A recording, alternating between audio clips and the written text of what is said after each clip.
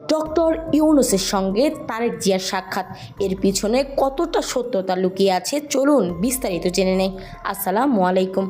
বাংলাদেশের প্রধান উপদেষ্টা অধ্যাপক মোহাম্মদ ডক্টর ইউনূস সোমবার রাতে সরকারি সফরে যুক্তরাজ্যে যাচ্ছেন। মূলত এতেই নানা জল্পনা কল্পনার জন্ম হয়েছে। বিভিন্ন গণমাধ্যমে বলা হচ্ছে তিনি বাংলাদেশের বিএনপির ভারপ্রাপ্ত চেয়ারম্যান তারেক রহমানের সাথে সাক্ষাৎ করতে লন্ডনে যাচ্ছেন, কিন্তু এর সত্যতা ঠিক কতটুকু? এই সফরের মূল উদ্দেশ্য হচ্ছে কিং চার্লস হারমোনি অ্যাওয়ার্ড গ্রহণ।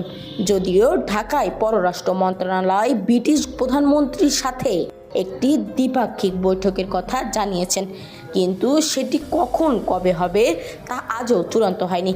তবে ডক্টর ইউনূসের এক বক্তব্যে তারেক রহমানের সাথে সাক্ষাতের বিষয়ে কিছুটা ইঙ্গিত তিনি দিয়েছিলেন।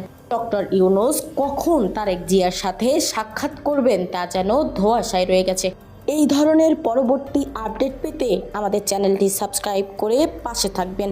ধন্যবাদ সবাইকে।